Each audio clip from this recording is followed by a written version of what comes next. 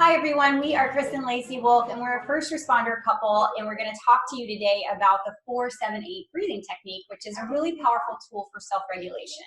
So for first responders, it's especially important because we're all about the up, right? We run calls, we get jacked up, we got into this job because we like that. But what's the first thing you learn when you step onto a firing range, right? Is how to take that long exhale, slow your heart rate, slow your breathing. And that's exactly what we're going to teach you how to do. One of the great ways, the 4-7-8 breath. So when we would use this is ideally on a regular basis, practicing it before you actually need it, just like Chris talked about on the range. We also can use it when you're struggling to go to sleep at night, or you can use it when you're really stressed about something. Whenever you feel like you're kind of losing control, this can help get you back. That's right. So middle of the night, right? We got to wake up early for shift the next day. It's oftentimes hard to lay down and sleep. I mean, especially if you're running 24-hour shifts, fire, EMS, just laying there waiting for the next call to drop. You can use this 4-7-8 breath to calm yourself down, help you get some sleep. So we'll go through a couple of rounds of this at the end, but first I want to talk a little bit about how it works. And we could do a whole thing on autonomic nervous system, but we're going to try to keep this short. Right. So the autonomic nervous system is the part of your nervous system that's controlling all of your involuntary functions. And within your autonomic nervous system, you have two branches. You have the sympathetic branch, which we call the fight or flight branch, and then you have the parasympathetic branch, which we call the rest and digest branch. Right, so everyone's heard of fight or flight. The rest and digest is the part we're going to work on today. Absolutely. So this branch of the nervous system is controlling, again, all the involuntary functions like your respiratory rate. Your lungs are breathing. You don't have to tell them to breathe. They're just your pulse rate, right? Something happens, your pulse rate's going to jump up.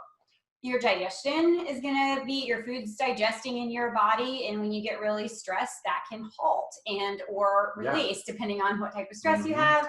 And then your blood pressure, your reproductive system, all of these things are integrated within that autonomic nervous system. So we are, with this technique, taking control over the one thing that we can control voluntarily, and that is our respiratory rate. Right. And that's really where the magic happens. And the good thing about that is by controlling our respiratory rate, we're activating our parasympathetic nervous system. Our digestion is going to get better. Reproductive hormones are going to improve.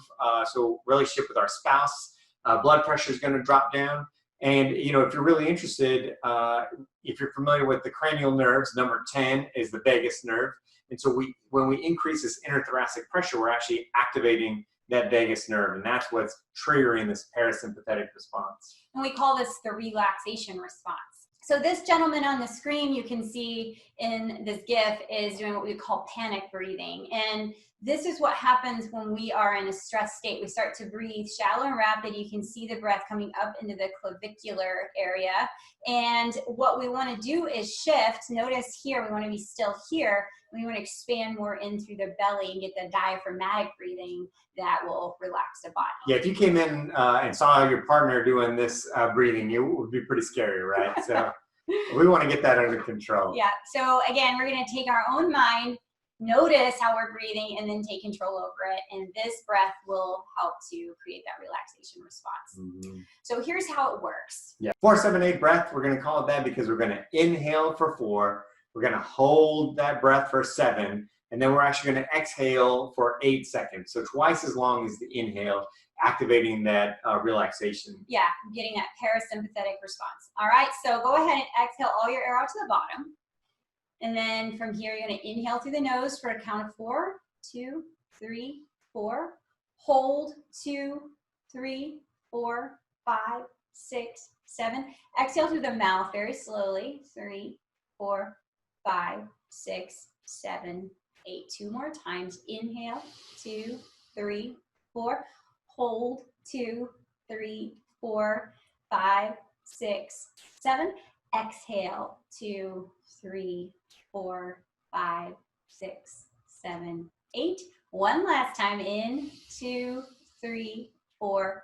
Hold 2, 3, 4, 5, 6, 7. Exhale 2, 3, 4, 5, 6, 7, 8.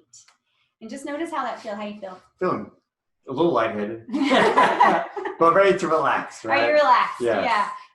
It's instantaneous. If you want to see how this works, you can take a blood pressure monitor and measure before and after and see how much your blood pressure lowers. We've It's done this up at the incredible. firehouse with a monitor, and it doesn't take very many breaths at all to Yeah. really make a big impact. I think if you do that every day or throughout the course of your day, throughout the course of your life, how much that can, That's just right. improve your health and Yeah. and get you back on track. So I hope that's helpful for some of you out there. It's never easy, even though it may be simple to practice these techniques, but they definitely work. So I hope you can integrate them into your day.